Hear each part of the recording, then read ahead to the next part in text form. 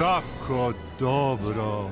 Mali noćni razgovori, tople ljudske priče uz pregršt sočne glazbe. Tako dobro. Svakog ponedjeljka na Radio Nacionalu uz Ljudevita Grgurića Grgu. Tako dobro. Tako dobro.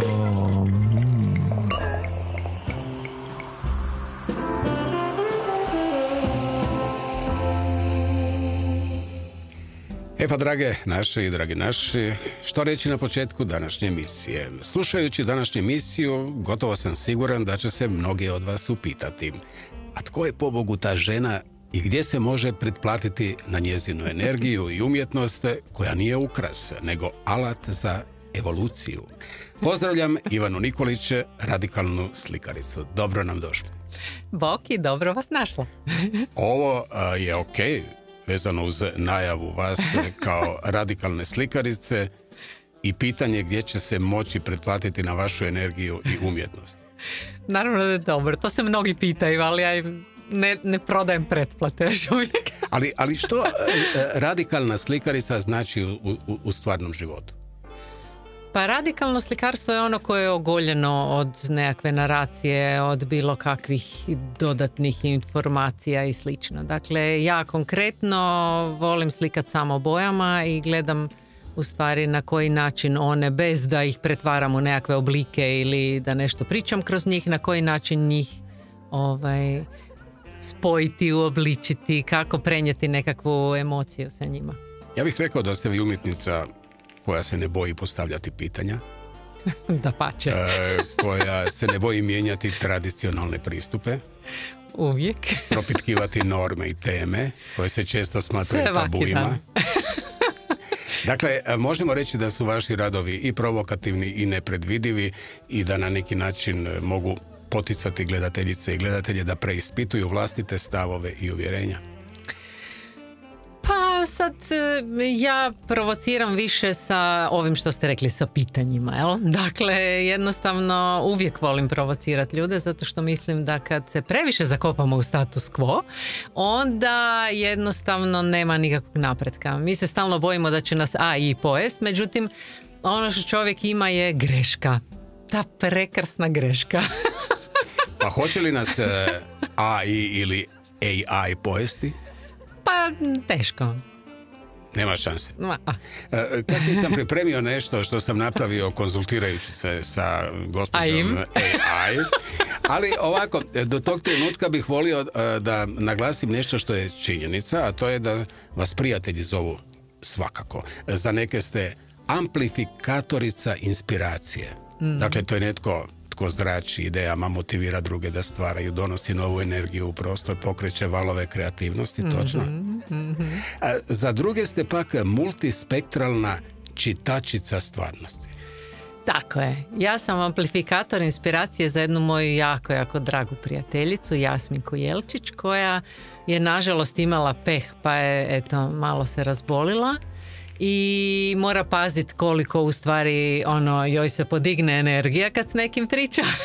I onda svaki put kad ju nazovem ili kad ona mene nazove, onda uvijek kaže: joj, sad ne mogu, sad dosta, jer ti si jedan amplifikator inspiracije i sad bi ja 1000 stvari, ja ne mogu, nemam tu energiju. To je jedno, a multispektralni čitač, to je jedno vrijeme moj prijatelj fizičar, jedan naš poznati. Oprostite, samo mala digresija, dakle to bi trebala biti žena koja čita svijet kroz više dimenzija. Da. Vidim ono što drugi ne vide. I to kaže i vaš prijatelj. Da, Davor Pavuna, njega sigurno znate. Kako da ne, Davor Pavuna? Ludi fizičar u Švicarskoj, da. On mene je neko vrijeme vodio na svoje sastanke, kad je imao neke važne sastanke sa svojim poslovnim partnerima, da ja pročitam jel se to njemu isplatili. I? Aha, uvijek sam mu pročitala ja mu kažem šta vidim i to je to. I to bi se potvrdilo? Da, pa naravno. No, što sam uopće mogao sumnjati. Sad dolazimo do onog trenutka koji sam vam na neki način, ajmo reći, najavio, a to je da sam zamolio AI, dakle umjetnu inteligenciju, da mi recimo napiše Pazite ovo, poetsku definiciju za amplifikatoricu inspiracije. Zanima vas? Ajde da čujem. Pa dakle, Ivana draga, dobio sam tekst koji izgleda kao da je iz, rekao bih, snovitog opisa ili biografije. Čujte vi sad ovo, što je napisala AI. Ona ne dolazi tiho. Ona vibrira u frekvencijama koje bude zaspale ideje. Gdje god kroči, misli se razlistaju, riječi teku lakše, srca se sjete svojih zaboravljenih pjesama. Nije važno crta li, piše, kuha ili pleše, ono što dodirne postaje iskra. Nije tu da bude centar pažnje, već izvor svjetla iz kojeg drugi pronalaze svoje. Pojačava ono što je već u tebi, samo si zaboravio da to postoji. Nadahnjuje ne zato što mora, nego jer ne zna drugačije. Ona je amplifikatorica inspiracije. To vi morate iskopirati poslije. Vidite, srušio sam prvi tabu kojeg ste imali ili prvu predrasudu koju ste imali prema umjetnoj inteligenciji. Ne, pa nemam ja predrasudu, ja koristim isto umjetnu inteligenciju. Znači, ovo vam se dopalo što je... Da, ali lijepo napisano. Vrlo onako. Kako bi malo tko znao. Pa ja kad sam krenula raditi dizajn, jer sam u principu zaključila da sa slikarstvom neću puno zarađivati u Hrvatskoj, i onda sam krenula raditi dizajn. I prva fascinacija mi je bio Photoshop.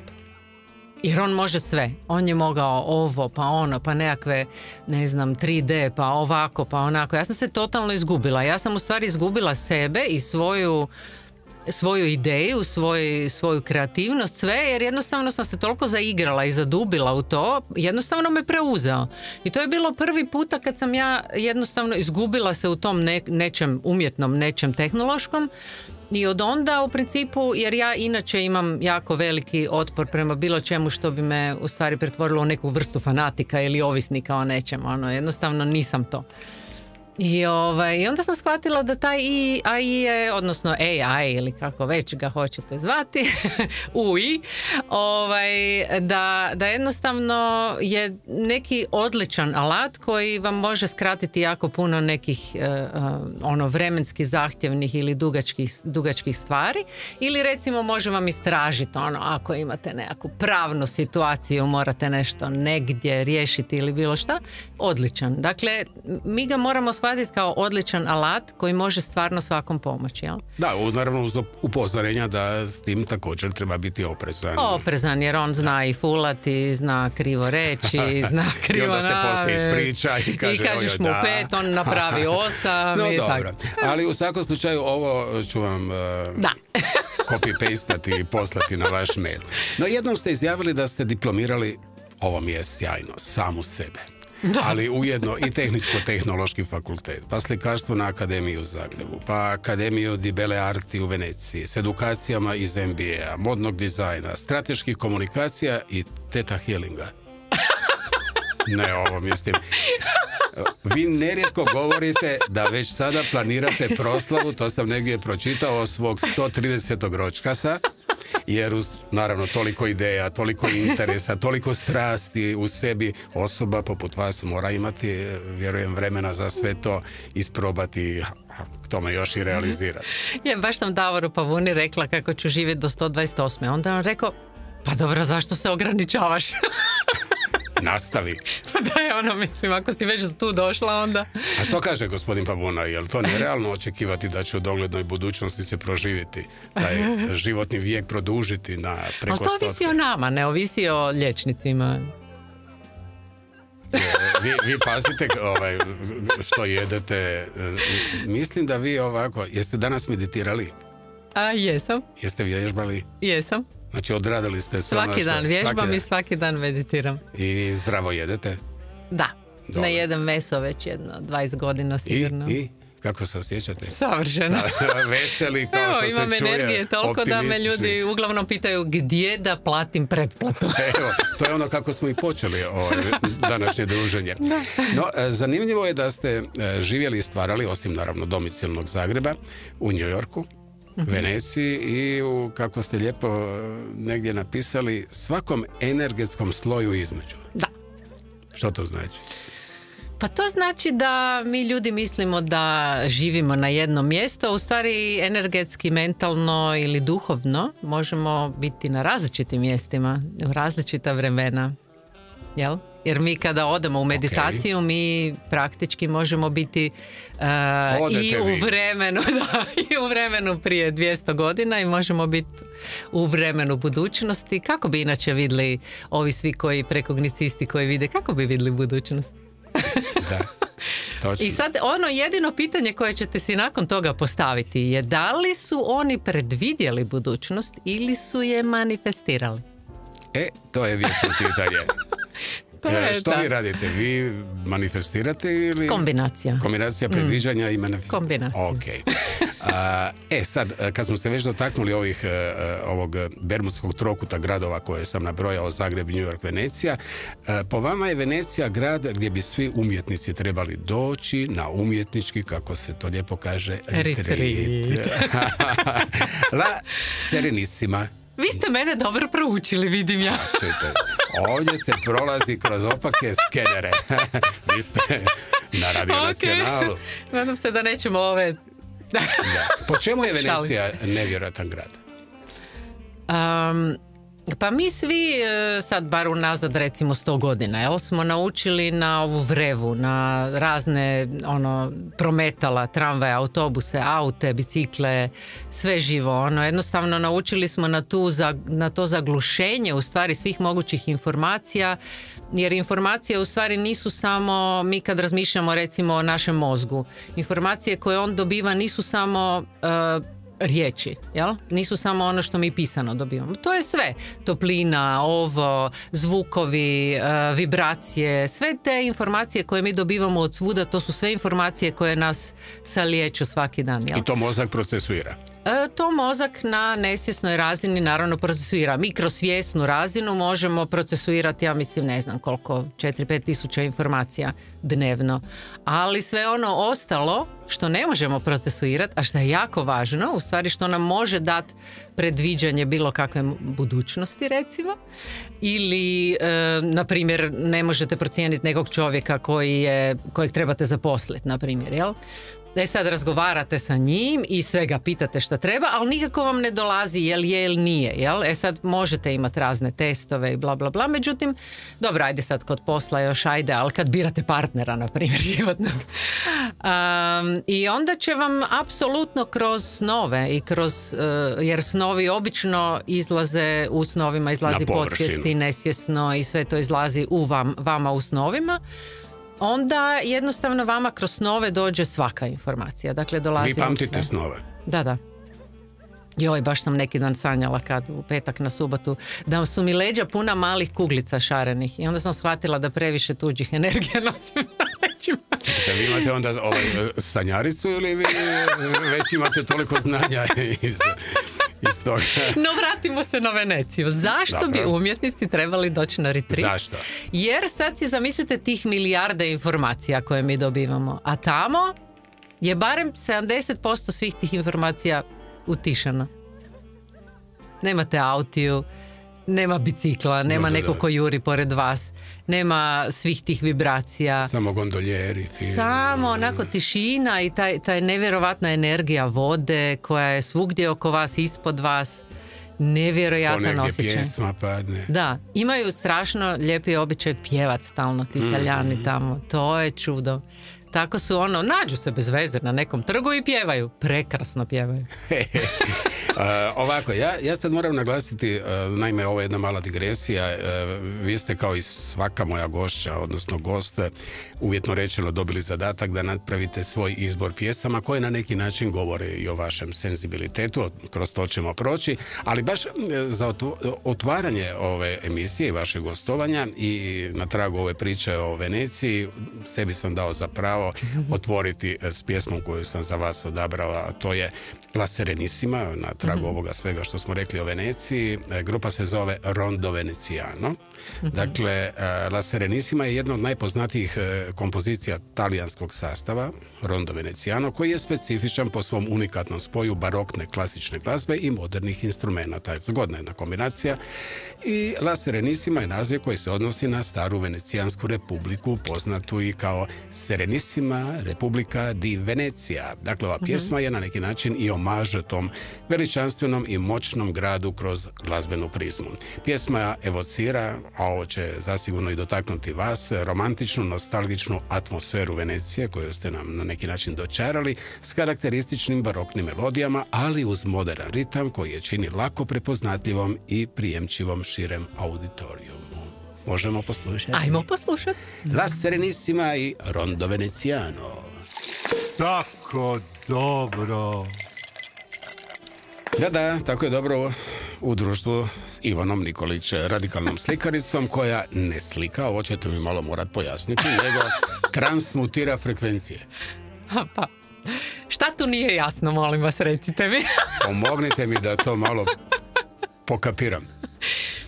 Pa, sutra počinje jedan zanimljivi festival, zove se Festival boja ili tako nešto, Dani boja, koji organizira par fakulteta zajedno. TTF, mislim arhitektura, akademija, ovak nešto, u Tehničkom muzeju Nikola Tesla. I bit će tamo i moje slike i u principu vi kad razmislite kao fizičar jedan ozbiljni. Gospodin Pavuna, recimo, dobro. Kad razmislite kao jedan ozbiljni fizičar, vi znate jako dobro da je sve vibracija, jel tako? Točno. Da je sve energija, da je energija beskonačna, bla, bla, bla, sad da ne ulazimo u njihove materije, jer bi mogla nešto fulat. I boja je isto tako vibracija. To znate da ima crvena koja ima najduži val i koja je najniža frekvencija, pa onda sve ostale boje, pa zelena koja je harmonična, ima jednake valove, pa ljubičasta, ultravioletna koja je sa jako uskim valovima i visoka frekvencija. Dakle, sve su frekve. Sve su frekve, tako da u principu vi kada se orijentirate isključivo na boje, vi morate kao prvo, ne morate, ali bilo bi dobro da znate šta jesu boje, šta one daju i poručuju ljudima, na koji način u stvari recimo kad nema sunca nema boja ili na primjer ne znam slon bi možda u nekom drugom sazvježđu bio zelen ili ljubičast, jel? Jer bi bila drugačija boja sunca, jel? Tako da nama su boje u stvari jako, jako važne i jako je važno znati u stvari šta one poručuju. One čak recimo mogu iscjeljivati. Postoji cijeli jedan sustav tog terapije bojom koja se zove kromoterapija. Jako je važno znati kad već imate crvenu da znate kako ona utječe na vas. To mi je jasno. Dakle, ako sam dobro shvatio, a vjerujem da jesam, radikalno slikarstvo krasi čista boja. Da. Dakle, i jednostavnost. I jednostavnost, da. Okay. Bez dakle, naracije. Na tragu toga bi to trebala biti i potpuna i izravna komunikacija s emocijama. Tako je. Jer ono što najjače i najsnažnije u stvari komunicira s emocijama su boje i zvuk. Zato ja obožavam recimo klasičnu glazbu, nisam stavila sad u svoj izbor da baš jer sve ono što se meni sviđa od klasične glazbe malo dulje traje, pa da sad ne traje emisija do preksutra. I svi ti zvukovi, čak postoji recimo fizičari su to radili, svi oni koji istražuju boje su napravili korelaciju boja i zvukova tonova, jel? Dakle, onaj donjice je u korelaciji s crvenom i tako idu dalje, C, D, F, G, H. Vidite, to je zanimljivo. Već kada spominjete taj pojam korelacije, da li radikalno slikarstvo ima korelaciju s recimo apstraktnim slikarstvom? Da, to je apstraktno slikarstvo. To je to. To je apstraktno slikarstvo. Mislim da je ovo pravi trenutak da na neki način ukažemo na jednu veliku, uvjetno rečeno, nepravdu, a to je da, iako se dugo smatralo da je ruski slikar Vasilij Kandinski 1910. godine naslikao prvu apstraktnu sliku, novija istraživanja otkrila su da to nije tako. Ne. To je bila žena. Koja? To je bila žena. A da nije Ivana Nikolić. Ne znam da li ću točno izgovoriti njezino ime. Ona se zove Hilfe af Klint. Hilma af Klint. Hilma af Klint. Jer ja sam jako teška s imenima, ali strašno sam se trudila njoj naučiti ime. Hilma af Klint, koja je stvarala apstraktna djela već od 1906. godine. I ja iako volim jako Steinera i dosta sam toga nekako onako izučavala od njegovih, šta je on u stvari. Što se vidi u onome o čemu ćemo pričati. I Junga, ali tu sam mu nešto zamjerila, a to je jer ona je jako izučavala to, kako mi to popularno zovemo, ezoterija. Mislim, ja ne volim uopće taj pojam. Da, bila je članica grupe The Femme 5, dakle kruga žena inspiriranih, kao što ste rekli, ja bih to možda čak i nazvao teozofijom, koje su vjerovale u važnost kontakta s takozvanim višim učiteljima. Da, i sad ona je jako puno radila na tome i sve njezine slike su u stvari čista simbolika i sastavljeno od boja i oblika. I da, ona je u stvari prva radila te apstraktne slike, međutim ono što je važno naglasiti, s obzirom da nekako nije nailazila i zbog te faze gdje ona kao žena jedva u stvari ušla na akademiju, imala je, jer to je bilo doba kad jednostavno nisu žene išle na tu vrstu školovanja. I jednostavno je ona silno željela u stvari dobiti i nekakvu suradnju sa Steinerom i nastojala je afirmirati sebe na različite načine, međutim on ju je odbio u tom trenutku i ja sam bila jako ljuta na njega kad sam to otkrila, jer eto, nekako mi je dokazao da i on možda u tom trenutku nije bio spreman na to da žena može ići u tom smjeru, međutim ona je tada na neki način, kako bi rekla, zaustavila svoje slikarstvo i rekla da nije vrijeme i neće sad ona raditi na tome, nego će biti vrijeme nakon nekog vremena, vjerojatno kad ona umre. Jel? Tako da su u stvari vrlo recentno iskopali sve taj njezine radove i promišljanja i sve i počeli ju jako afirmirati, stavljati i raditi izložbe i svašta, ne, sad je jako popularna. Da, bilo kako bilo, može se smatrati pionirkom apstraktne umjetnosti. Još možda, evo, za kraj čisto, dotakli smo se nečega što će zasigurno biti zanimljivo onima koji nisu imali tu spoznaju o nastanku apstraktnog slikarstva ili su imali neku drugu predodžbu na tragu onoga što smo rekli, a vezano uz Kandinskog, Malevića ili Mondrijana, a to je da su njezine slike, koje ponekad podsjećaju na dijagrame, bile u stvari vizualna prezentacija složenih duhovnih ideja. To je negdje to. Ivana Nikolić je po horoskopu Djevica. Da, kriva. To je znak koji sve mora biti, ne baš, ali što bi rekli, pic. Da. Poznak mi je bik, a ima mjesec u Jarcu. Evo, sad svi sve znaju. Dobro, sad možemo napraviti natalnu kartu. Točno je da vaš unutarnji sistem radi 24/7 u intuitivno kanaliziranom režimu. Pa gledajte, moj život je bio vrlo čudan. Dakle, ja sam kao mala osjećala svijet na drugi način. Da, to ćemo dotaknuti, nemojte mi zamjeriti. Još ćemo, sve okej. Pjevat ćemo mi o tome, naravno, i to je meni vrlo jedan zanimljiv dio tih kockica u vašem životnom mozaiku. Onda ću se držati rasporeda. Šta ste ono pitali? Ja bih išao kroz ovo intuitivno kanalizirani režim. Naime, vi ste pokrenuli do danas na desetke kolektiva i projekata, od udruge Mrak mreže za razvoj i kreativnost, u sklopu koje ste radili dane kreativnosti, inovativnosti i dodjeljivali čak i nagrade za kreativnost i inovativnost punih 10 godina. Točno je da smo mi svi kreativni. Apsolutno. Svi. I to je ono što sam vodila baš raspravu sa svojom prijateljicom u subotu. Dobro. Jer ona kaže, kako misliš da svi kreativni? To znači inteligencija. Ja kažem, ne, kreativnost ne podrazumijeva inteligenciju. Pa kako onda? Ali šta onda? Šta je to? Ja kažem, pa to je ta kreativna energija s kojom smo svi u stvari rođeni, a onda nam ju ubiju negdje od 6. nadalje i onda prema istraživanjima ljudi nekako ponovo se ubace u tu kreativnost nakon 65. jel? Kad odu u penziju. Eto ti ga da. A možda ste mogli svoje frendici reći da je kreativnost odraz našeg cjelovitog bića. Pa u principu može biti, međutim kreativnost je u stvari ta vrsta naše energije koja je nepresušna i s kojom smo svi rođeni, koju nažalost je prvi cilj svega kad nas hoće uniformirati kako da ju maknu, jer vi kad imate kreativnost onda realno vas nije strah ničega, onda ne znam, možete si zamisliti da ćete slona preseliti iz Afrike tu u Zagreb i držati ga kao kućnog ljubimca. Dakle jednostavno vi kad ste kreativni za vas ne postoji problem koji vi ne možete riješiti, jel? Sjajno.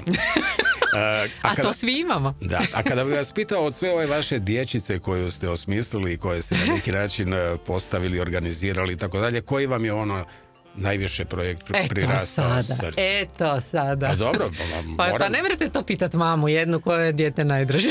Dobro, onda možemo li mama biti ovako malo izravni? Ja ću reći, evo recimo, meni se jako sviđa, ali to sad, dobro, nije to sad neka velika mudrost, projekt Ilica Q-Art ili Ilica Kvart. Aha, je. Pa je, mislim... ja ga isto jako volim, ali volim ja i sve ostale svoje projekte, da se ne bi Ali dobro, recimo da oprostite, ovo vaše dijete će sada ove godine zaživjeti uskoro 27. ovog mjeseca, dakle u nedjelju, novo izdanje. To je 27. festival. Tako. 27.4. će biti 27. festival u okviru projekta Ilica Kvart. Što bi rekli sinkronicitet, rekao bi jedan sitni fizičar Pavuna, dobro?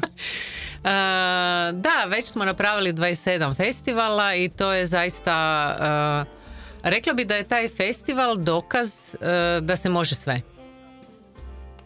I on je dokaz jednog predivnog zajedništva, jer... Govorimo o vašem suradniku ili na neki način partneru u tom projektu, Aleksandru.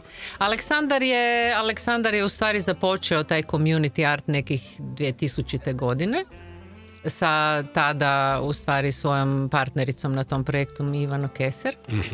I oni su krenuli u stvari o promišljanje šta to znači, šta znači umjetnost zajednice, kako može živjeti umjetnost, a da nije samo institucionalizirana, jel? Na koji način ljudi u stvari sudjeluju u umjetnosti i na koji način ljudi proizvode umjetnost. Dakle, oni su promišljali više na razini i nekakvih panela i rasprava i promišljanja i nekakvog časopisa. Dakle, svašta nešto su radili.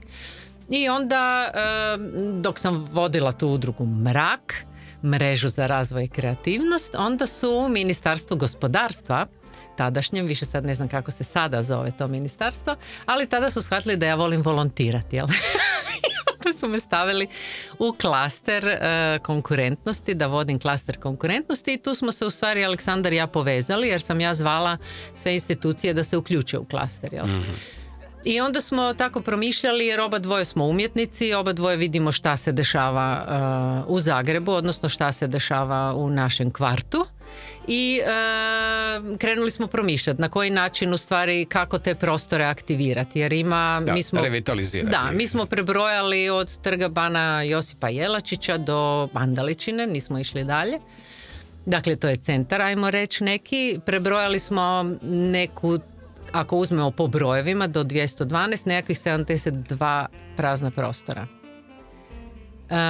To ne znači da je po brojevima, na nekim brojevima ima po 5-6 praznih prostora, ali to je ogroman problem u stvari. Ne samo da je to problem zato što, ne znam, umjetnici nemaju gdje raditi, nego je to problem i energetski, i ekološki, i kako ja kažem, tamo rastu i biljke i životinje unutra u tim prostorima. Ali sad kako je kome drago, ali realno je to u stvari, ljudi su mi nakon toga kad smo mi krenuli u stvari sa tim projektom 2016. smo krenuli to snimati i onda smo 2017. napravili prvi festival. Kad smo krenuli, onda su mi ljudi rekli, Isuse Ivana, ja sad ne mogu više hodati po Ilici, ja vidim sve te prostore. Ja kažem, pa šta, misliš da do sad nisu postojali? Jer jednostavno mi ljudi imamo taj jedan da ono što ne prihvaćamo, ono što nam se ne sviđa, da ne vidimo, ignoriramo. Ne percipiramo, jasno. Da, ignoriramo. Je li točno, Ivana, da svi koji dođu na festival u sadašnjoj formi, gotovo u pravilu govore da je neka kao pozitivna vibra? Je. To je u stvari nekakva značajka festivala, da se svi osjećaju dobro, svi se osjećaju dobrodošli, svi se osjećaju puni pozitivne energije. Ja se uvijek šalim da ja obuhvatim sa svojim entuzijazmom cijeli festival i držim sve da je sve super. Ako se neko razljuti, dođem ja iza grlinga i riješimo problem. Navodno vas danas se zovu i izvan Hrvatske. Bili ste u Londonu, imali ste jednu lijepu prezentaciju. Zvali su nas na jednu, uopće ne znam kako su nas pronašli, ali čudni su putevi. Zvali su nas na jednu jako važnu u stvari konferenciju. To je konferencija koja je okupila sve jedinice lokalne samouprave Engleske i Walesa, gdje su u stvari promišljali i doveli različite dobre primjere kako aktivirati zajednicu i kako u stvari raditi umjetnost zajednice, kako se to zove, jel? Na način da u stvari to bude baš prava zajednica. Jer ono što je specifičnost tog festivala našeg je da mi ne dolazimo helikopterom. Eto, sad smo vam doveli, ne znam, projekciju, sad smo vam donijeli glazbu, nego taj cijeli festival raste iz zajednice, doslovce. Jer mi stalno i komuniciramo s našom zajednicom, pa šta ko, kako hoće, na koji način. Jednostavno trudimo se u stvari da budemo inspiracija ljudima i ono što mi je najveća nekako pohvala uvijek je kada kažu, jave mi se neke žene uglavnom i kažu, joj, znate, ja radim u, ne znam, da ne imenujem, i onda svoje frustracije liječim s time da radim doma, ne znam, nakit, keramiku, bilo šta. I vi ste mi bili, festival mi je bio ogromna inspiracija i shvatila sam da mogu. I sad bi se ja prijavila da mogu izlagati na vašem festivalu. I to mi je fantastično, jer stvarno je festival pun inspiracije. Sad ćemo imati u proljeće temu ples. Da, 27. travnja, dakle u sklopu tog nadolazećeg izdanja festivala, projektilica, odnosno kvarte Connect in Dance. To je to. U suradnji s Udrugom plesnih umjetnika Hrvatske i Plesnim centrom Tala. Dakle, slavit ćete ples kao sredstvo povezivanja, izražavanja i zajedničkog stvaranja. To je to.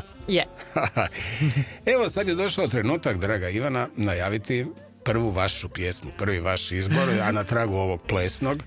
To je pjesma koja je stvarno poziva na ples, grupa Queen, Don't Stop Me Now. Dakle, jedna od najvoljenijih pjesama grupe Queen je, ja bih rekao, ultimativni feel good klasik koji tjera na dobro raspoloženje poput vašeg. Napisao je Freddie Mercury. Pjesma slavi apsolutnu slobodu, ekstazu življenja, nezaustavljivost duha, a Freddie pjeva o svom osjećaju da je nepobjediv, neuhvatljiv i da leti, ali doslovno, pa čak na neki način i metaforički. Zašto ste vi odabrali tu pjesmu? Pa, Freddie Mercury isto djevica. Dobro, okej. Ne, šalim se. On je meni dosta nekakva zanimljiva i važna ličnost, osim što me tata kod malu curicu odveo na njihov koncert u Zagrebu. Moja djeca ne mogu vjerovati da sam Fredija gledao uživo u Domu sportova. Dakle, 79. godina je to bilo. Da, mislim da je.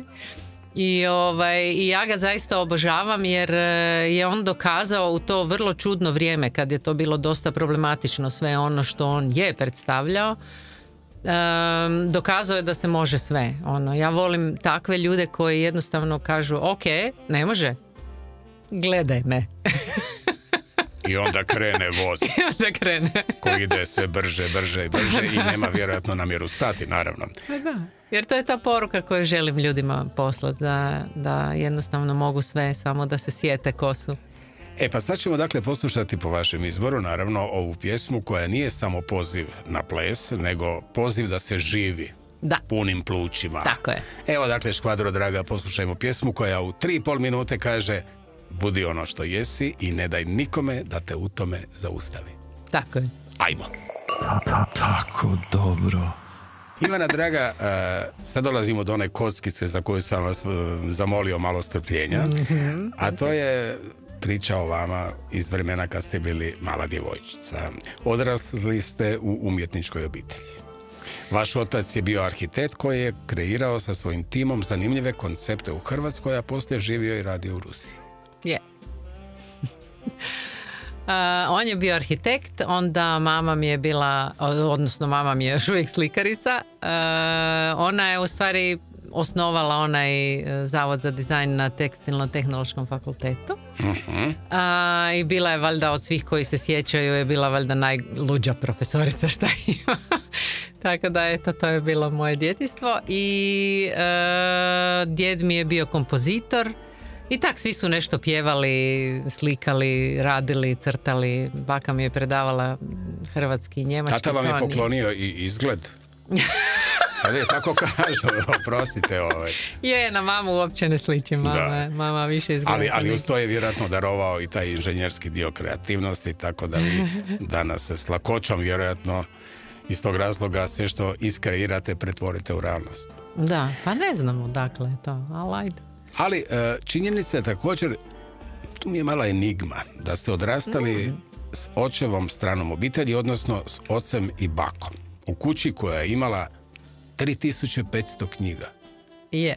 Baka mi je bila profesorica hrvatskog i njemačkog, a i on je isto bio intelektualni frik i imali su jako puno knjiga. I onda, kako sam ja imala puno raznih emotivnih konflikata sa njima, pogotovo sa bakom, onda kada su oba dvoje otišli sa ovog svijeta, onda sam ja knjige poklonila jednoj knjižnici koja je izgorila na Jelsi. Jednostavno sam ih sve sakupila i poklonila sve njima jer nisam mogla više gledat te koliko su bili pametni, inteligentni sve, a koliko su u stvari bili nesretni, jel? I koliko su tu nesreću stalno transmutirali prema meni. A što baka vas je i vjerojatno iz toga i ove konfliktne situacije uvjeravala da morate sve te knjige pročitati? Pa trudila se, ali nisam se baš puno dala, tako da to je bio jedan vječni da, i onda bi vjerojatno te knjige predmet prijepora na tim policama gledale kao neki podsjetnik da mi sami ne vrijedimo ako nemamo beskrajno puno znanja. Da, bilo je to podsjetnik na mnogo štošta, ali prvenstveno na to koliko ja malo vrijedim ako nešto ne znam, jel? I to me stalno se trudila to podsjećat me na različite načine i dosta je bila u stvari teška osoba, ona sama sebi, pa onda naravno je to prenijela i na mene. Ali eto, nekako si mislim da možda to i nije loše, jer nikad se ne bi bavila tim temama i energije i psihologije i istraživala već od 13. godine šta je to čovjek, zašto, pobogu, kako. Da, ali i čitala neke čudne... Da, sad ste me malo zaintrigirali, bit ću slobodan pitat onda do kraja da uđemo u taj dio priče vezan uz vaše djetinjstvo. Naime, unatoč svom tom znanju i vaša baka i tata, vi ste to na neki način i apostrofirali u razgovoru, sada već pokojni, bili su jako nesretna ljudska bića. Što to znači? Zašto? Evo, moja baka je primjerice barem jednom tjedno vršila samoubojstvo. Naravno, nikad se nije ubila, ali je to na mene kao dijete bilo ogroman pritisak, jel? Ali ona je jednostavno bila toliko emotivno nestabilna, toliko je emotivno bila, rekla bi sad neku riječ, ali bit ću fina. Da je ona toliko je oscilirala, toliko je patila sama sa sobom, da jednostavno ja ne znam kako su joj te knjige pomogle, ali da bude emotivno zrela i stabilna osoba baš i nisu, jel? Sad, ne znam više uopće na koji način i kako da to definiram, međutim, meni je to bilo jako, jako stresno, u stvari, ko malom djetetu, jer sam ja prvenstveno s njom živjela najviše, ne? Tako da sam negdje sa 11 godina zaključila da se ona neće ubiti. A što, ona je to najavljivala ili je... Da, ona je taj put kad sam ja shvatila da se ona neće ubiti, ja sam je rekla, ona je uzela svoje ključeve, bacila ih je na stol i rekla je, ja se sad idem baciti po tramvaj. Ja sam rekla, ok, bako, otišla sam do ulaznih vrata, otvorila ulazna vrata i zatvorila. Bok. I onda je ona bila sva u šoku jer je shvatila da sad više te forme i načini emotivnih ucjena u stvari više ne funkcioniraju jer sam ja prebrikala. Jednostavno sam poludila. Došlo je do zasićenja. Došlo je do ruba. I onda ona je vratila se, rekla, išla sam odnesti smeće. Ja sam rekla, ok, dobro, nema problema. I onda sam u stvari pobjegla od nje sa 12 godina, sam otišla k mami jer se mama tad stacionirala, našla gdje će živjeti jer je imala problem što nije imala gdje živjeti, jel? I onda sam došla k njoj i eto tako. jedno pobjegla. Blago rečeno turbulentno razdoblje vašeg života. Apropo holograma, baka je imala dosta je imala onako, kako bi rekla, kruti način odgoja i dosta mi je nekakvih normi društvenih postavljala. I kad sam došla mami koja je bila skroz otkačena na svoj način i imala je tu nekakvu širinu i otkačenost umjetničku, imala sam dojam ko da mi je neko isključio struju u mom hologramu, jer vi u principu kroz cijeli život gradite nekakav hologram svoje stvarnosti koje nije vaš realno, nego je neki društveni nametnuti, ali ja sam to uvijek vidjela kao hologram, meni se to uvijek u klinki činilo kao hologram i onda vam to nametnu i dođem kod mame koja je totalno opičena i sad ona je isto imala neke psihičke probleme, tada je išla kod psihijatra i sad smo mi zajedno čitale te knjige i odjednom mi se počinje otvarati svijet i ko da mi je neko isključio struju i sad nema više ništa, sad tapkam u mraku, gledam di je ta moja stvarnost, šta se dešava i eto, od tad je krenulo. Da, apsolutni sluh imate. Da. To vjerojatno po svemu sudeći zahvaljujući onome što ste već rekli glazbenom dijelu svoje obitelji. Jedan djed je bio učitelj glazbe, da. Po njemu se zove i orkestar u Vrgorcu. Tako je. Drugi djed je bio skladatelj i dirigent u Hrvatskom narodnom kazalištu. To je, jer je jedan djed je umro u... A moramo onda Ivana draga... Ali imam i trećeg djeda koji je bio etnolog. Ma da. Aha. Ali čujte, moramo opet zatvoriti ovu priču s bakom. Baka je pjevala u zboru. Dakle, da. To smo sad sve zaokružili. Jesmo, da. Moram priznati, ovo je bilo vrlo meni onako dojmljivo. I možda pravi trenutak da opet malo predahnemo uz novi izbor pjesme. Pjesma koju izvodi, dakle isto čovjek, za sva vremena Prince. Odabrali ste pjesmu Sometimes It snows in April. Da, to je u stvari meni važna pjesma, osim što jako volim isto njega, upravo zato što je isto bio vrlo ko Freddie Mercury. Ne može? Ok. Jer je on kad je krenuo sa 18 godina, on je svirao sve instrumente, on je sam odradio produkciju te svoje prvog albuma koji je napravio. I onda je išao od producenta do producenta i rekao je ok, ja bi potpisao ugovor, ali pod uvjetom da ja sve odsviram i napravim svoje aranžmane i svu svoju produkciju. Onda su ga otpisali nekoliko njih i onda su ga jedni prihvatili, 18 godina ima.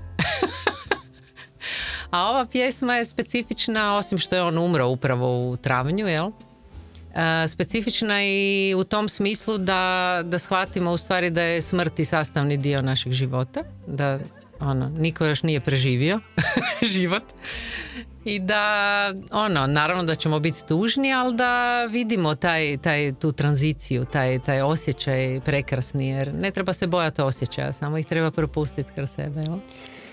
Da, kao što ste rekli, ovo je posebno naravno dirljivo što ta pjesma govori o snijegu u aprilu, odnosno travnju, kao na neki način metafori za neočekivane, neprirodne, bolne trenutke koji se dogode kada im se najmanje nadamo. I onaj, također ste ga apostrofirali, ja bih rekao jezivo simboličan detalj, činjenica da je Prince umro upravo u travnju, odnosno aprilu 2016. 21. je to bilo travnja. A kada ovome dodamo i 2 stiha iz ove pjesme, Sometimes it snows in April, sometimes I feel so bad. Tako dobro.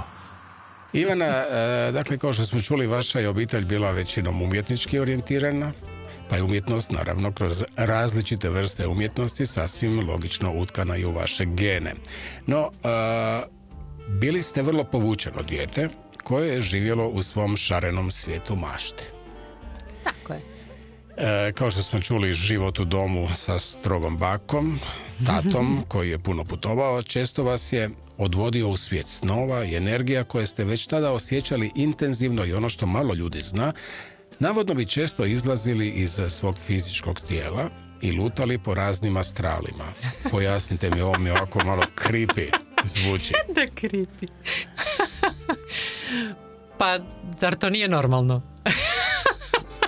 Pa volio bih da vam kažem da je, ali ne mogu.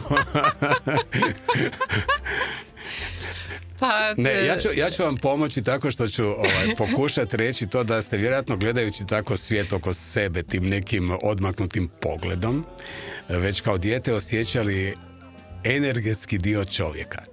Poput recimo kada je osoba tužna, kada je osoba radosna. To jesam sigurno, ali sam izlazila iz svog tijela. Kako to? Koja je to tehnika? Koji je to alat? Pa mislim, dijete sa 6, 7, 8 godina nema tehniku i alat. Mislim, dobro. Niko nas ne uči da mi budemo intuitivni, da znamo šta ćemo s emocijama i s energijom, nego nas uče da budemo poslušni, jel tako? Ko vas je zadnji put učio da budete sretni? Nitko. Malo, nema, evo. Ali vi imate taj jedan nevjerojatno optimizam. Vi se tako stalno volite smijati. Da, to je moj zaštitni znak. Se uvijek smijem. I pa jednostavno bi izašla iz svog tijela i gledala sebe kako spavam i onda lutala tamo gdje me zanimalo u tom trenu. Jeste li se čudili zašto su ljudi toliko strogi prema sebi? Zašto se toliko recimo ograničavaju? Zašto su nesretni? Pa to je bilo čuđenje djeteta. Dakle, nije to ono tipa racionalno, sad ja promišljam pa sad ne znam. To ja danas vidim sa današnjeg aspekta, ja vidim koliko sam ja u stvari se čudila jer ja sam ljude vidjela uvijek vrlo šareno. Dakle, uvijek sam ih vidjela sa tim svim nekakvim čudnovatim, prekrasnim. Jer ja i dan danas u stvari kažu da na neki način u stvari je umjetnik dijete koje dopustilo si ostati dijete, jel? Koje je, ajmo reći, odraslo. I ja i danas u stvari u ljudima vidim samo najljepše, jer ne vidim zloću uopće u ljudima i to mi je dosta veliki feler jer me obično zeznu. Ali ja sam uvijek u ljudima vidjela te nekakve njihove prekrasne osobine, svašta nešto i njihovu strast i sve to kao kroz nekakve boje, jel? I onda je meni uvijek bilo fascinantno kako oni se skrivaju vječno, kako je to uvijek nekakva drama, ne smije se to pokazati, ne smijemo biti ovakvi, ne smijemo biti onakvi. I onda sam u stvari uvijek zahvalna toj mojoj mami koliko god je bila šašava, ali sam je zahvalna jer ona je bila toliko neurotična da ona nije mogla sebe supresirati. Nije ako se njoj sviđao kaput na opačke, jel? Ona je, iznutra, ona bi skinula podstavu, obukla bi kaput na opačke i tako bi ga nosila, jel? Jer bi se njoj sviđao više iznutra nego izvana.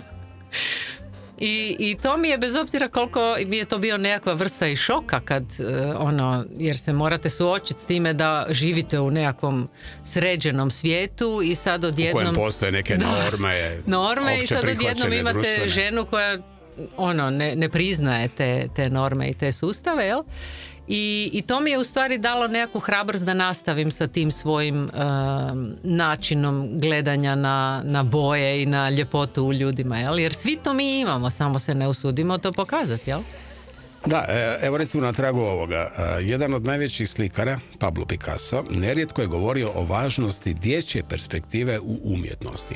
I često se vraćao toj ideji kroz svoj umjetnički rad i razmišljanja o kreativnosti. Kaže, djeca prvo počnu plesati, pjevati i crtati, a za Picassa djeca nisu bila simbol nezrelosti, nego čistog stvaralačkog impulsa. Tako je. Dakle, poznata je i Picassova izjava na tu temu: svako je dijete umjetnik. Problem je kako ostati umjetnik kada odrastemo. Da. Jer djeca odmah čim se uhvate nečega crtaju, plešu, kreću se na različite načine, pjevaju. Dakle, jednostavno umjetnost je iznimno važna za svakog čovjeka. Jer ona nam daje ljudskost, u stvari, da skratim cijelu filozofiju, cijelu priču, jer mi nismo strojevi. Dakle, ono što nas pokušava u stvari cijeli sustav i obrazovanja i sve, zato obično kažu da školstvo ubije kreativnost u djeci. Pokušavaju nas jednostavno napraviti u dobro ispolirane, pragmatične strojeve koji znaju točno, apsolutno sad baš sam vidjela jednu fantastičnu ilustraciju, to mi je prijatelj moj Aleksandar poslao, gdje vidite slona, majmuna, glistu, pticu, ne znam, ovak par nekakvih životinja, puža, i sad kaže ovako čovjek za stolom i kaže on kao, da bi bila fair procjena i natjecanje, onda svi morate pokazati u istoj disciplini se i ocjenjivat ćemo vas u istoj disciplini. Molim vas, popenjite se na drvo. Kako je to realno, jel? Jer, mislim, nijedno dijete nije isto, svi su različiti, svi imaju različite talente, svi na različiti način percipiraju u stvari stvarnost sa različitom inteligencijom. Kako mogu svi ljudi biti isti, jel? I to je ono što su nas na neki način u stvari prevarili, jel? Na neki način, da, sigurno. Da. Evo, zatvorimo ovu priču još jednim lijepim razmišljanjem Picassa, koji je rekao da djeca imaju tu prirodnu maštu, slobodu i neustrašivost dok stvaraju, dok odrasli često postanu zarobljeni pravilima, strahovima od pogrešaka i potrebom za, pod navodnicima, ispravnim rješenjima. Da, a ja bi nadopunila to jer bio je jedan jako zanimljiv članak o tome šta je prva inovacija čovjeka. Jer mi mislimo kao da je kotač pao, pa ono sve ove različite. Da, u stvari prva inovacija čovjeka je oni crteži po špiljama, jel? Dakle, to je to simboličko izražavanje.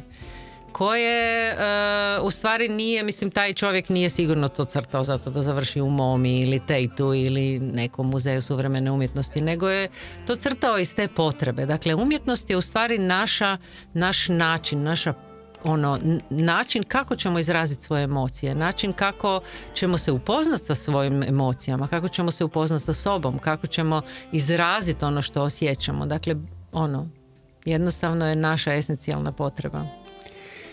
Sad ćemo opet predahnuti uz jedan lijepi glazbeni broj. Ellie Goulding i Calvin Harris.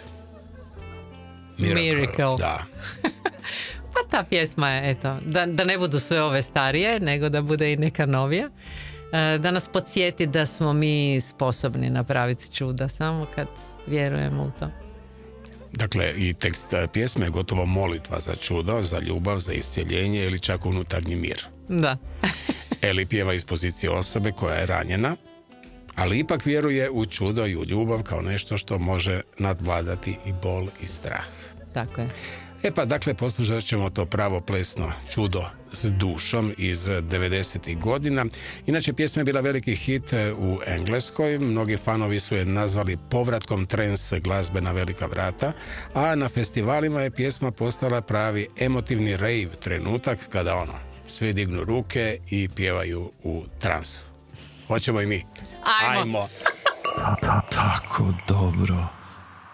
Ivana, umjetnici su već toliko puta kroz povijest pokazali da umjetnost u svakoj disciplini ponire duboko, u intuitivno, u podsvjesno, u emotivno biće. Slažete se? Da. I zato u stvari ono što smo, ja mislim, spomenuli ovako off the record, ona je nešto što obično svi radikalni sustavi, ovi totalitaristički, pokušavaju uništiti, jel? Kako je i naš... Dakle, prvo što napadnu, to je umjetnost. Da, prvo što napadnu, to je umjetnost, kako je iz povijesti poznato, da ili unište ili spale. Kako oni to kuže, da je tu ključ nečega što treba demontirati? Pa zato što umjetnost uvijek nas motivira u stvari na razmišljanje o promjeni, o tome, o našim emocijama, o različitim stvarima koje se dešavaju u društvu. Jednostavno nas motiviraju na to da radimo promjenu. A oni koji žele u stvari zadržati stvari u istoj poziciji, dakle bilo koje totalitarno društvo, jer žele vladati nečim suvereno, onda im nije u interesu da ljudi se susretnu u stvari sa svojom moći. Kako je rekla ona jedna, neću se sjetiti kako se zove spisateljica, ali znam da je Mandela to na svom inauguracijskom govoru imao taj govor, odnosno taj tekst je pročitao, a to je da u stvari se mi ne bojimo toga da smo nemoćni, da smo slabi, da smo loši, nego se bojimo u stvari svoje moći. Jel? Naučili su nas da se bojimo svog svjetla. Da se bojimo onoga što zaista jesmo i koliko u stvari možemo biti samostalni, ali koliko možemo biti snažni. A to je umjetnost. Umjetnost nam daje uvid u to što jesmo zaista i koliko smo snažni i jako duboko ponire. Ja se uvijek zezam sa ovim mojim kartama se uvijek zezam da sve ovisi koliko duboko u zečju rupu želiš ići, ko Alisa u zemlji čudesa. Umjetnost te može odvesti u sve dubine ovoga svijeta i sebe, naravno, prvenstveno. Da, mogli bismo reći dakle da je društvena važnost umjetnosti neprestano educirati duh vremena, prizivajući obrasce koji najviše nedostaju u svakom dobu. Dakle, umjetnost, kratko rečeno, je na neki način svjedočanstvo vremena. Da. To ja uvijek volim reći jer povijest pišu pobjednici, jel tak? A umjetnost je ta koja svjedoči i vi kad pogledate umjetnost kroz povijest umjetnosti, vi točno znate u kakvoj su fazi ljudi bili, u stanju svijesti, na koji način su razmišljali, šta se dešavalo. Oni jednostavno svjedoče jer to izlazi iz njih, jel? A uvijek vole provocirati na neki način, bez obzira da li su bili režimski umjetnici ili nisu. Da, ali u isto vrijeme umjetnost može potaknuti empatiju, apsolutno, razumijevanje i toleranciju, što nam, rekao bih, često pomaže u rješavanju što sukoba, što kolektivnih trauma. Da, bila je jedna emisija sad na jednoj televiziji, da ništa ne spominjem, ali baš govorili su o jednom čovjeku koji je bio nepravedno osuđen na smrtnu kaznu i on je govorio upravo o tome koliko je, da nije slikao u zatvoru dok je čekao u stvari da se nešto desi, da ne bi preživio. I on je u stvari kroz tu umjetnost i kroz izražavanje, kroz umjetnost uspio se nekako sabrati i izvući. Ona zaista, ja imam jednu prijateljicu koja živi u Portugalu, koja se bavi liječenjem putem umjetnosti, odnosno radi na razvoju tih klinika raznih, Iva Fatorini, možda ju znate. Ona mi je jako puno predivnih priča ispričala na koji sve način su oni u toj klinici u Clevelandu u stvari uspijevali nevjerojatne stvari, jer recimo glazba i pjevanje, na primjer, vi ako imate moždani udar pa vam se desi da vam zahvati taj dio mozga koji je za govor i za izražavanje verbalno, vi propjevate nakon tjedan dana, ali možda nećete progovoriti još sljedećih ne znam koliko mjeseci. Dakle, umjetnost je zaista čudo, zaista može napraviti jako, jako puno i može vam pomoći da izrazite neke svoje duboke traume. Puno ćete ih lakše izraziti kroz umjetnost nego na bilo koji drugi način. Ja?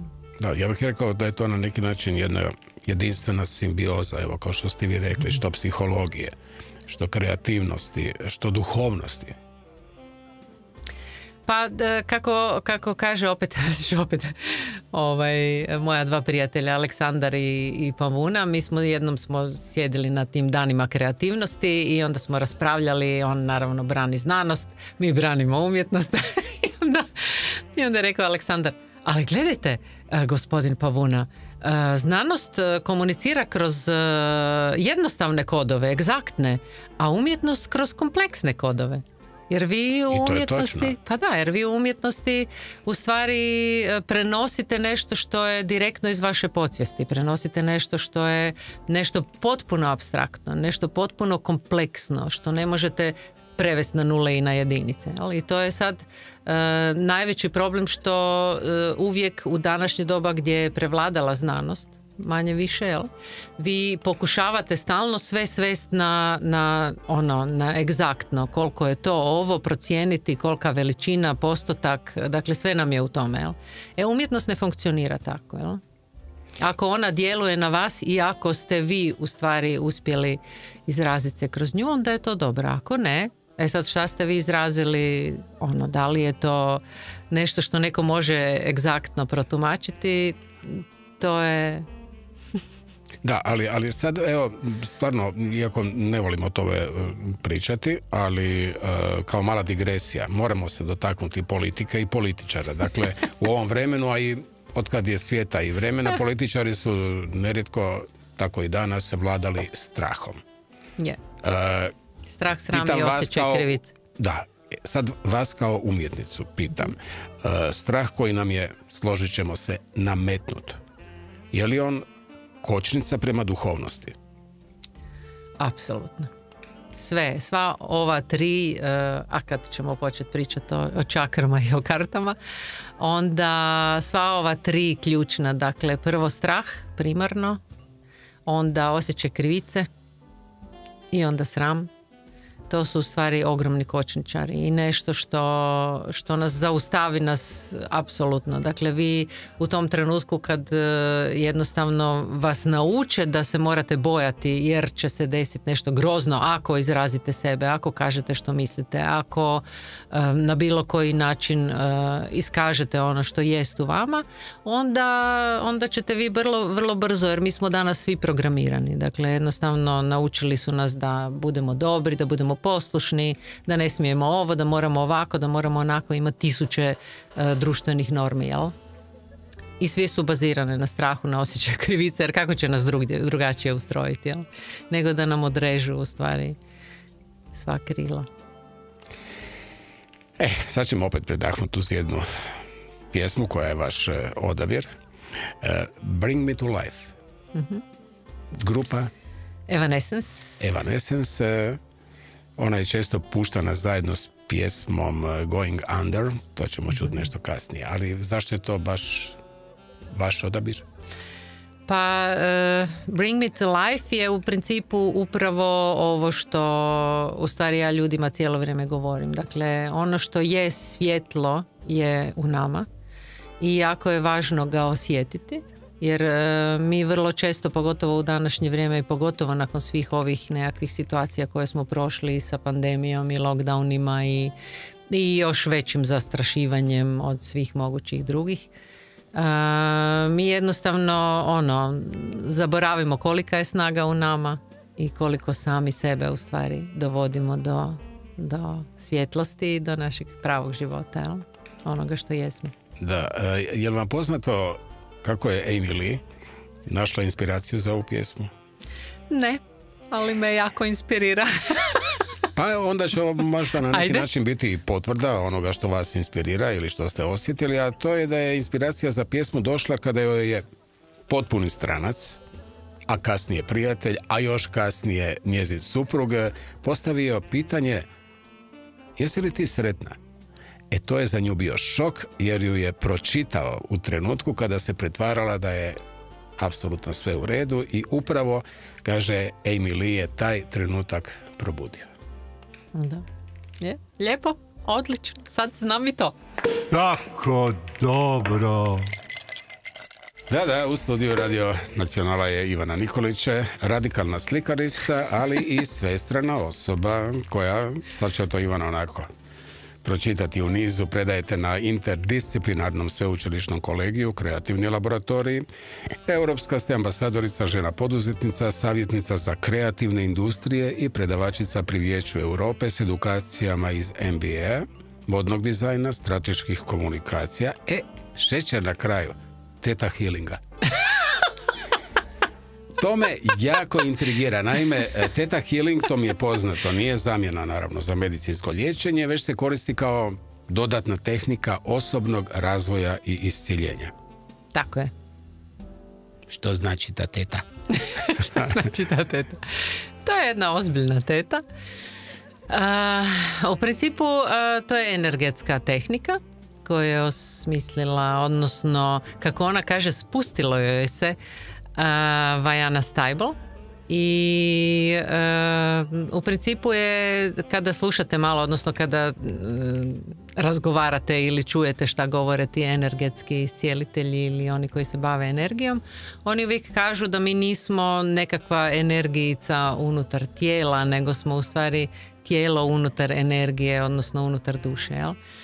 I ako gledate sad, mislim, mogla bi to proširiti na ne znam koliko dimenzija, međutim ako gledate da ste vi jedan cijeli sustav duše koji koliko recimo u zadnjih 12 koljena imate predaka, na primjer? To sam negdje čak malo i čačkao, izračunao. Preko 4000 navodno. Da, 4096. To je samo 12 koljena, jel? Dajmo reći 300 godina, jel? I sad, vi kad razmišljate, mi imamo različite znanja u našoj duši. Ne samo, to nije samo genetika. Dakle, to je nešto što, jer kako mi to prenosimo... To je transgeneracijski. Da, kako mi prenosimo i učimo o različitim vještinama i svemu, kako ste rekli, umjetnost. Gdje je umjetnost? U kojem dijelu tijela stoji? Ako su moji bili umjetnici. Dakle, mora preći na neki način preko te duše, uvjetno rečeno, ili preko energije, jel? Dakle, ili kroz taj eterični dio nas koji je, jel? Dakle, ne može baš sad gdje bi bio taj talent, jel? I sad mi to ne percipiramo, međutim, cijeli taj naš sustav energetski je nešto što je jako u stvari podložno tim emocijama. Dakle, mi uvijek ulazimo u energetske disbalance u trenutku kada imamo bilo kakvu problematičnu emociju, da li je to tuga, da li je to ljutnja, zamjeranje, bilo koji oblik nekakvih težih emocija. I to utječe u stvari na disbalans naše energije. Ali sad bilo koja takva energetska tehnika se bavi iscjeljenjem, odnosno čišćenjem tih energetskih blokada. Jer vi realno, ako imate bilo kakvu takvu blokadu koja kreće od emotivnog disbalansa, vi ćete kad tad na fizičkoj razini, u fizičkom tijelu naći neku bolest koja bi mogla biti tome pandan, odnosno razbolit ćete se, drugim riječima, što je jako, jako lijepo i zanimljivo opisano u knjizi Bolest kao put od Rudiger Dahlke, a mislim da se zove, i još jedan autor, gdje su on je liječnik bio, dakle zapadni, i izučavao je tu istočnu medicinu, ovaj drugi je bio psiholog. I oni su u stvari postavili kompletno, dakle kako koji dio tijela i kako na kojem dijelu tijela se koje emocije reflektiraju. Odnosno, ako imate nevjerojatnu tugu ili bilo što je vezano sa tugom, to djeluje i na pluća i na srce, pa onda svi ovi, recimo, otpori prema drugim ljudima su svakako pluća, pa dakle ima tu fantastične knjiga, ali kada uzmete to sa tog aspekta, onda shvatite u stvari da nismo mi nesretni jer eto sad smo se razbolili, nego smo mi sami u stvari na neki način, ne baveći se sobom, ne upoznavajući sebe, proizveli tu bolest u svom tijelu. Dakle, ako sam dobro shvatio, Theta Healing pretpostavlja da su mnoga ograničenja i bolesti posljedica naših negativnih uvjerenja, trauma, tako i emocija i koje programa, se nalaze vjerojatno duboko u podsvijesti.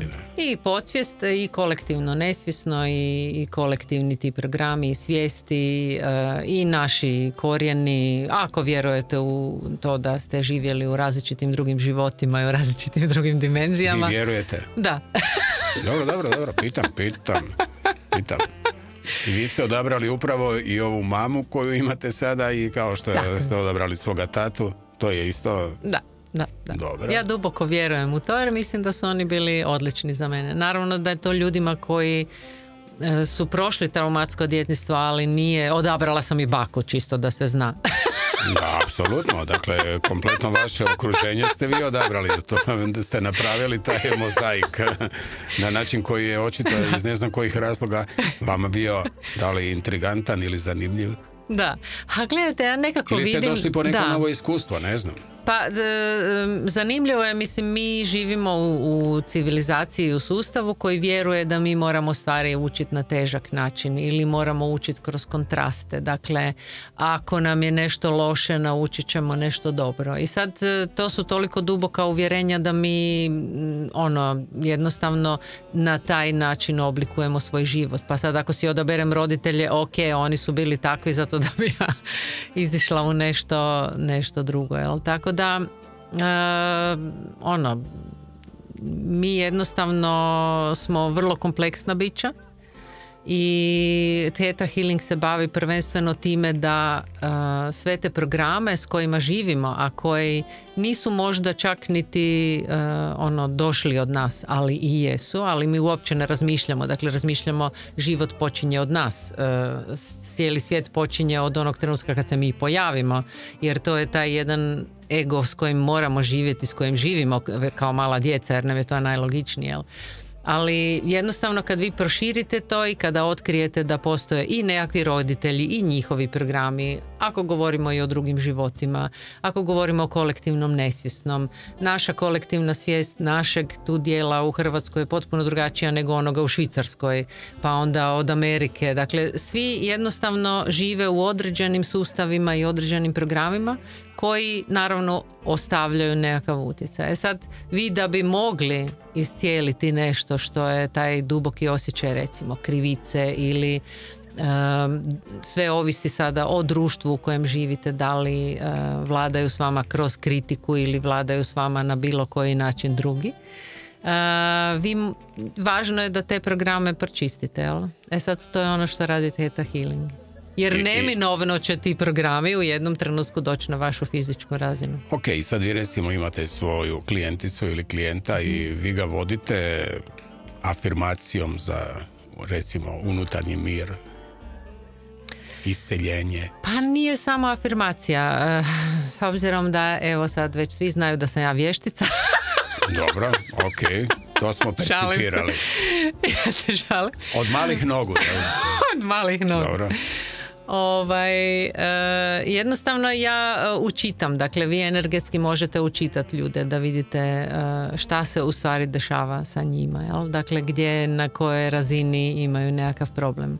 I kada ih učitate, onda u stvari im čistite te energetske programe. Moram priznati da mi je ovo vrlo intrigantno, ali je možete probati. Teško. Ne bi ja. A vi nemate ono recimo udahni duboko, pa još jednom nježno. Da, pa zamisli svjetlost iznad naravno, svoje glave. disanje je vrlo moćan alat zato što mi ne dišemo. Dakle, toliko se bojimo svijeta oko nas da zaboravimo disati, jel? I onda je jako važno disati i disanje recimo kad vi udahnete kak je Tesla imao, dakle 6 brojite do 6 kod udaha, pa 3 brojite do 3 držite dah i onda 9 brojite da izdišete, jel? Vi na taj način možete bez problema sebi spustiti tlak, samo da se skoncentrirate da to nije jedan puta nego 10 puta barem, jel? Da izbalansirate to sve. Sad naravno da je ljudima puno lakše opustiti se, ali eto, kroz disanje i kroz... Lijepo. Opet ćemo predahnuti uz jednu pjesmicu koju ste vi odabrali, Gotan, dakle anagram riječi tango. Gotan, to sam isto malo čečkao, projekt, jer su Francuzi, dakle pjesma Diferente. Zašto ste odabrali tu pjesmu? Zašto ste odabrali Gotan Project? Pa Gotan Project ja inače jako volim jer volim tango, volim ples, ja sam i balet. Išla sam na balet isto ko mala, odnosno do svoje 30. godine. I jako mi je važan taj pokret općenito fizički i Diferente zato što mi se bojimo biti različiti. Dakle, jako je dobro kada smo svi slični, pa čak ako i nosimo istu odjeću, pa ako se na isti način ponašamo. Uniforma je vrlo prihvaćena i vrlo nešto što je ono što je popularno, međutim ja smatram da je to najgora stvar što nam se može desiti, jel? I da je jako važno veličati to da je svako od nas različit, pogotovo kad se tiče razvoja malih bića koji su stvarno svaki različiti i kada vi natjerate neko biće kao ja kroz osnovnu školu da mora brzo čitati i da mora znati matematiku, a ja matematiku percipiram samo kroz neke apstrakcije i čitati ne mogu dobro jer imam astigmatizam i disleksiju i šta sve više nemam, onda je to veliki problem, jel? Treba veličati različitost, a ne i zato ta pjesma. Tango volite plesati? Plesala sam neko vrijeme, ali eto, tražim partnera. Da, ali ne, to nije šala. Naći pravog partnera za tango je veliko umjeće, to je ozbiljna stvar, jer tu na neki način muškarac i žena komuniciraju kroz plesne pokrete. Sad, ko će koga u tome inspirirati, a da ne kažemo izazivati, to je vjerojatno stvar trenutka.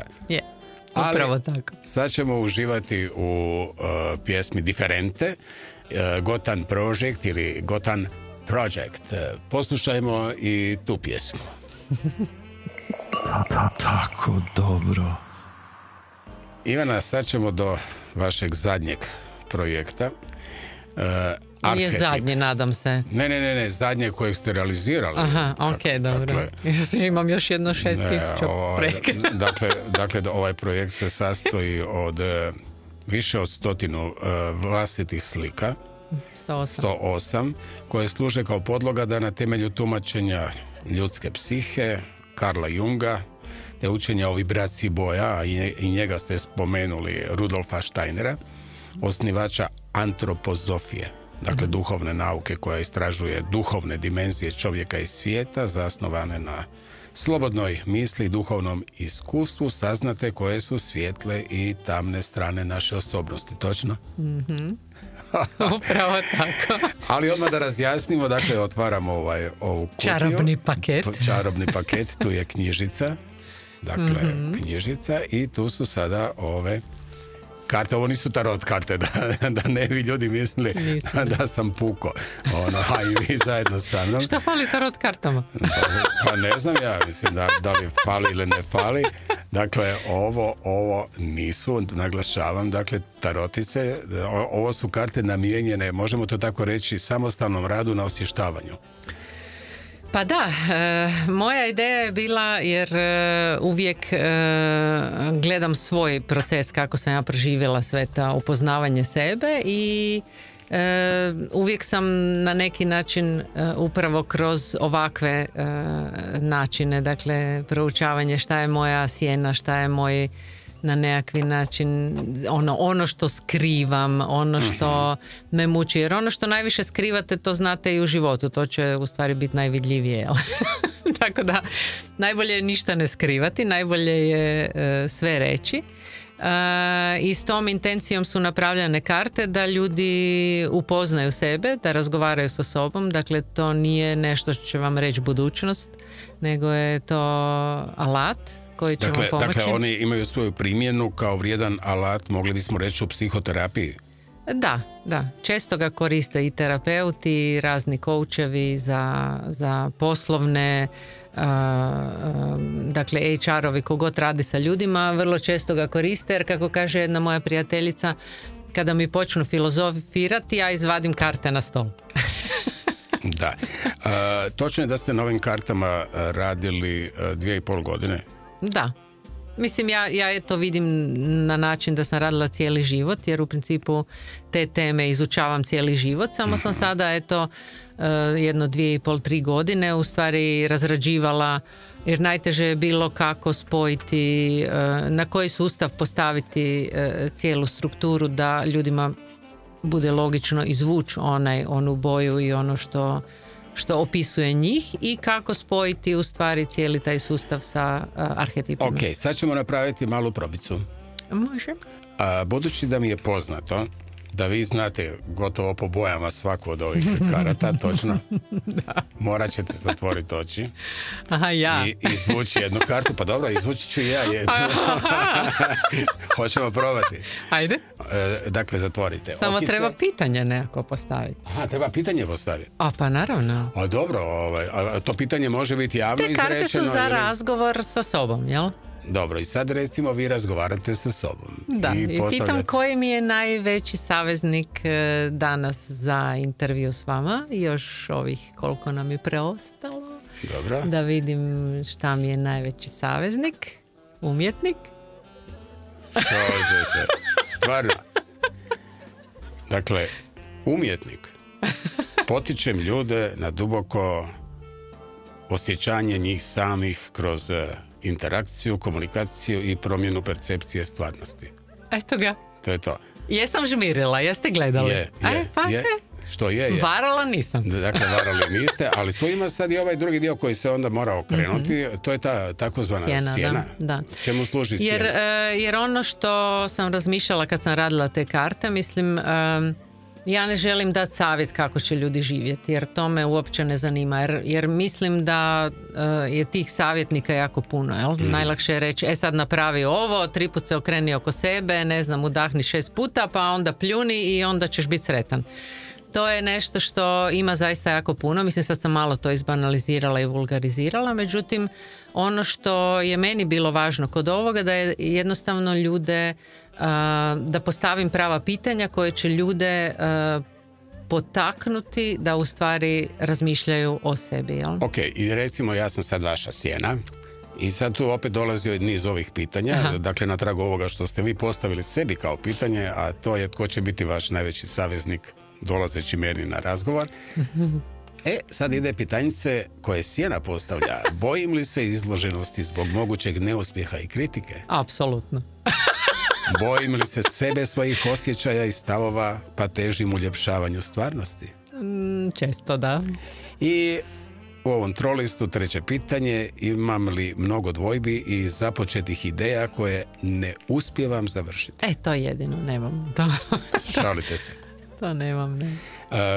Hoćete da ja probam? Ajde, mogu li ja na istom tragu ovoga što ste vi pa vi nemate strah od intervjua sa mnom. Ne, pa zašto? Ko je bio moj najveći saveznik za intervju s vama? Može tako ali vi gledajte boje. A ja mogu ajmo ovak, ajde vi postavite pitanje koja čakra bi vam, odnosno koji energetski dio vašega tijela bi bilo najvažnije da radite na njemu. Dakle, koji bi energetski dio moga tijela bio najvažniji da radim na njemu. Poradite na njemu.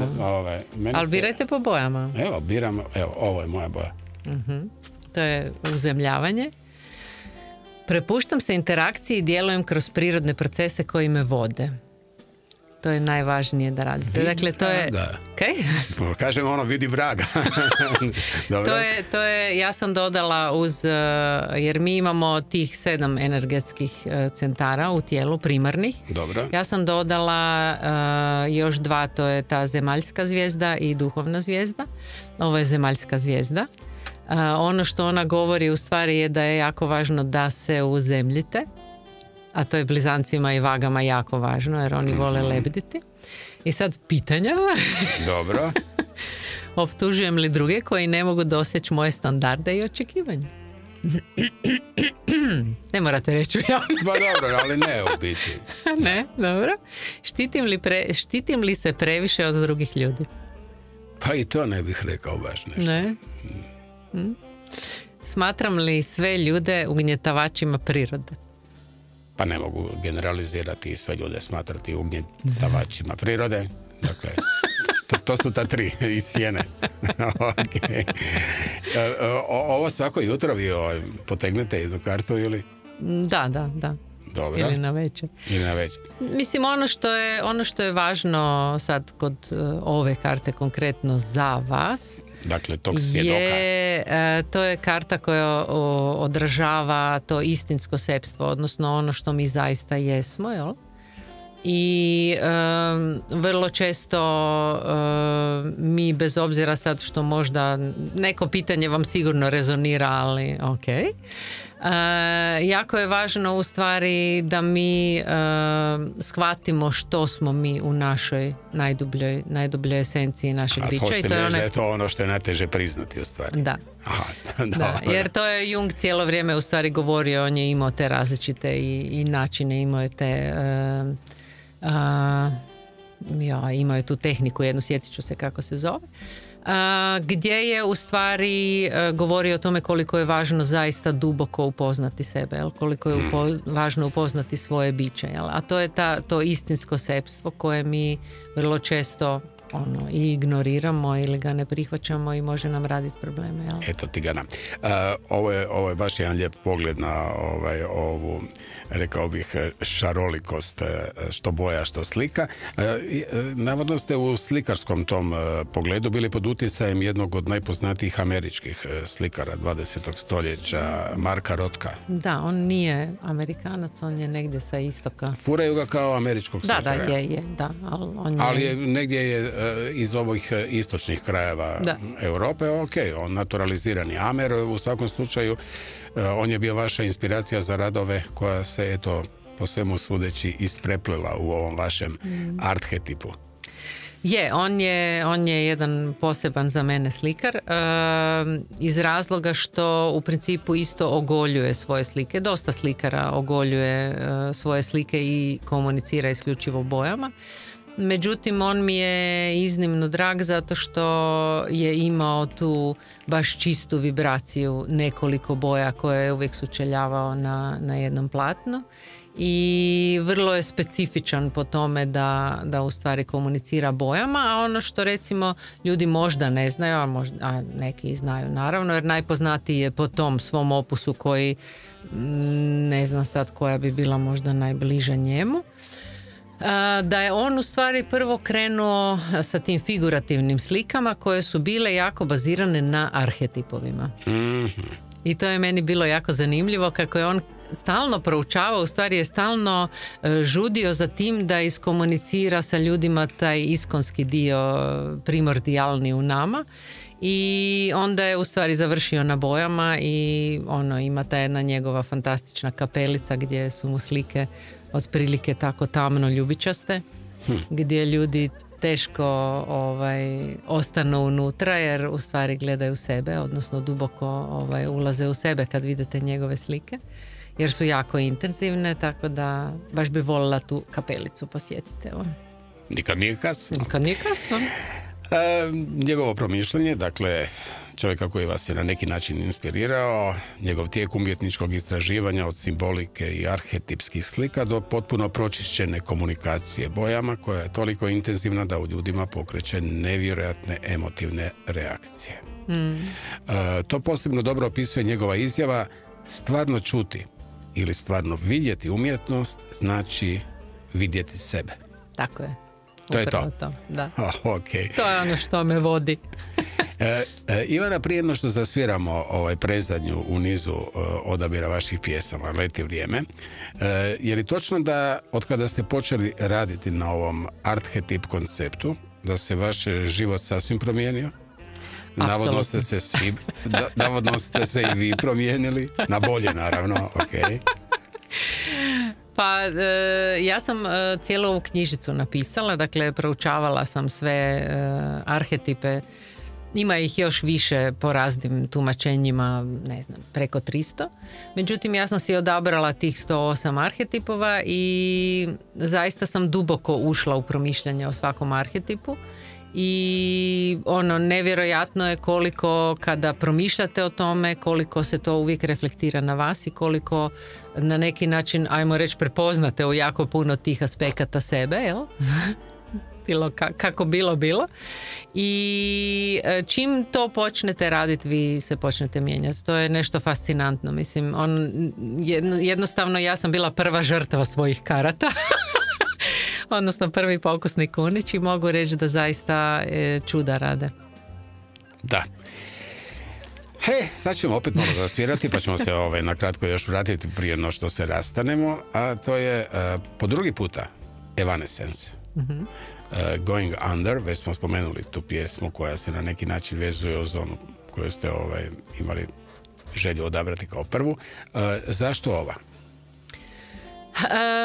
Ova pjesma u stvari govori o tom ulasku, po meni, o ulasku u sjenu, koja je iznimno važna. Jer znači prava pjesma za ovo o čemu sada razgovaramo. Da, jer sjena, ako ju vi ignorirate i ako ne želite u stvari razgovarati sami sa sobom i spoznati šta je vaša sjena, ona će izići u obliku, kako je Jung uvijek govorio, u obliku raznih događaja, u obliku drugih ljudi. To su one famozne projekcije o kojima govorimo. Dakle, vi ćete uvijek ljude optuživati za ono što je negdje u vašoj sjeni, jel? I jako je važno u stvari to osvijestiti na jedan, drugi ili treći način, a ova pjesma ulazi u duboko u sjenu, jel? Going Under. Da. Iako je Emily rekla da ona govori o osjećaju gušenja u toksičnoj vezi, Ne samo romantičnoj, nego bilo kojoj koja emocionalno iscrpljuje i oduzima snagu. Pa dobro, ali iscrpljuje nas u stvari naša sjena koju vidimo u drugom čovjeku. I ovo što ste vi rekli na tragu toga, upravo ova pjesma, odnosno Emily, pjeva o trenutku osvještavanja. Dakle, kada shvaća da više ne može tolerirati bol, a ne može tolerirati i manipulaciju. Tako dobro.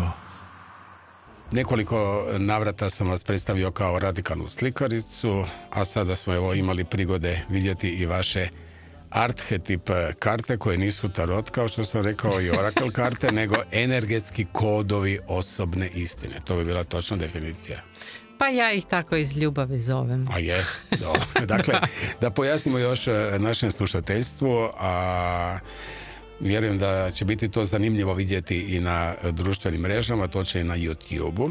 Riječ je o spoju umjetnosti i psihologije, istoka i zapada. Sastoji se, kao što ste rekli, od 108 umjetnički oslikanih karata i priručnika za dublja tumačenja. Taj broj 108 se pojavio slučajno ili ništa nije slučajno? Pa ništa nije slučajno, ali da, nije da sam planirala napraviti 108 karata, nego eto. Kad ste zbrojili 108. Je. A što su rekli psiholozi koji ste dali ili vjerojatno prezentirali ove karte? Pa u stvari sam prvo napravila te beta verzije, 5 tih paketa beta karata.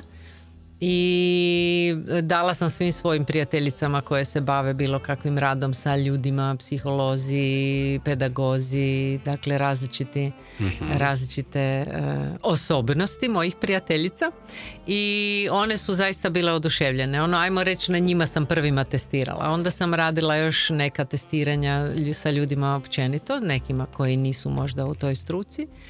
I jednostavno sam provjeravala da li to hoda, da li će funkcionirati. Napravila sam neke korekcije, naravno kao i za svaki ozbiljni znanstveni rad. I onda sam tražila izdavača, eto. I to je bio nekakav proces. Da, jeste li prigodom rada na ovom projektu, a kažem, on je bio dugotrajan, gotovo 2,5 godine, jeste li konzultirali psihologe? Pa nisam ih konzultirala, zato što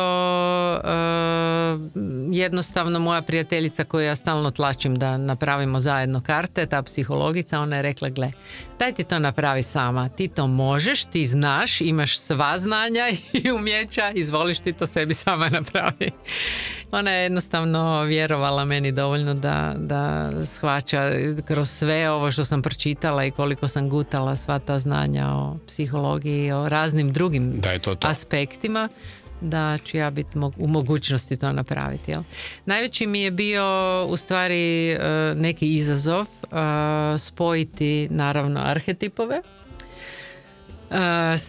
sa svim tim aspektima, odnosno sa bojama, ali kada sam odlučila da ću napraviti na sustavu energetskih centara kod čovjeka, onda mi je u stvari bilo nešto jednostavnije, onda mi se sve, ajmo reći, sjelo na svoje mjesto i posložilo, jer mi prirodno na neki način biramo ono što nam je esencijalno, ono što nam je najvažnije, jel? Prema tome gdje, u kojem energetskom dijelu našeg tijela imamo nekakvi disbalans. Tako da nema logičnije stvari i vi ćete uvijek, ako vam je bilo šta vezano za srčanu čakru, recimo, uvijek ćete odabrati zelenu, jel? Stvarno, to je već dokazano. Zato što srčana čakra vibrira zelenom vibracijom, odnosno bojom, odnosno vibracijom kojom vibrira i zelena boja. Je. Dakle, ovo se može na neki način onda koristiti kod arte terapija svih vrsta, jer onda po svemu sudeći ovo vrlo uspješno povezuje tijelo s emocijama. Tako je, da. Budući da koristite to esencijalno koloristički, primarno apstraktno slikarstvo, koje ne ilustrira, nego izravno, možemo to tako reći, komunicira s emocijama. Je, i one su jako korisne upravo u tom smislu, jer kako sam već spomenula tu knjigu Bolest kao put, a ona mi je isto bila neka od ideja vodilja, je to da mi primarno, ako imamo bilo kakav i emotivni problem, a onda i energetski poremećaj, ćemo uvijek završiti na tome da će nam u nekom dijelu našeg tijela se to reflektirati. Ali sad kad vi to povežete opet sa energetskim centrima, bez greške. Ili možemo sad na neki način zaključiti, kada si umjetnik, izlažeš sebe potpuno ranjivog. Tako. I ogoljelog od svih maski. To zna biti teško. Uvijek. Naravno. Ali baš zbog ovog uvijek, kako kaže vaš uzor na neki način Mark Rothko, umjetnost je avantura u nepoznato koju mogu istraživati samo oni koji su spremni riskirati. Da. Točno? To je rekao i Fromm. Eto, znači momčići su se složili. Momčići su se složili. Bilo mi je veliko zadovoljstvo, draga Ivana. Stvarno, puno smo toga čuli, puno toga naučili. Mnoge ste vjerojatno i na pozitivan način isprovocirali da neke od teme koje smo dotaknuli malo dublje zarežu. Velika vam hvala što ste došli. Hvala i vama. prije no što se rastanemo, evo, za kraj Massive Attack. Vaš izbor grupe i taj je jedan poseban slučaj pjesma. Da. Oni su jako zanimljivi i provokativni, uvijek promišljaju te različite stvari. A Special Cases govori o tome kako ništa nije slučajno. I kako uvijek postoji taj jedan sinhronicitet koji mi tumačimo na različite načine, ali u ovoj pjesmi je tumačen da ljudi koji su slično se začeli u stvari će se uvijek prepoznati. Jel? Dakle, ili recimo pjesma koja na neki način nosi poruku da su mnogi naši osjećaji univerzalni, iako nerijetko mislimo da smo baš mi taj poseban slučaj. Može i tako. Može i tako, da. No bilo kako bilo, evo, sad je ovdje nešto što će nam zasigurno pomoći da dublje proniknemo u sebe, pa i na neki način sebe promijenimo. Arhetip. Tako je, da pomognemo si da živimo sretnije, jer meni je važno da su ljudi sretni. Ali je važno da to i prepoznamo. Yeah. Velika hvala Ivana, bilo je veliko zadovoljstvo i uz rastanak Massive Attack poseban slučaj. Hvala što ste me primili. Hvala vama što ste došli. Slušali ste Tako dobro. uz Ljudevita Grgurića Grgu. Tako dobro.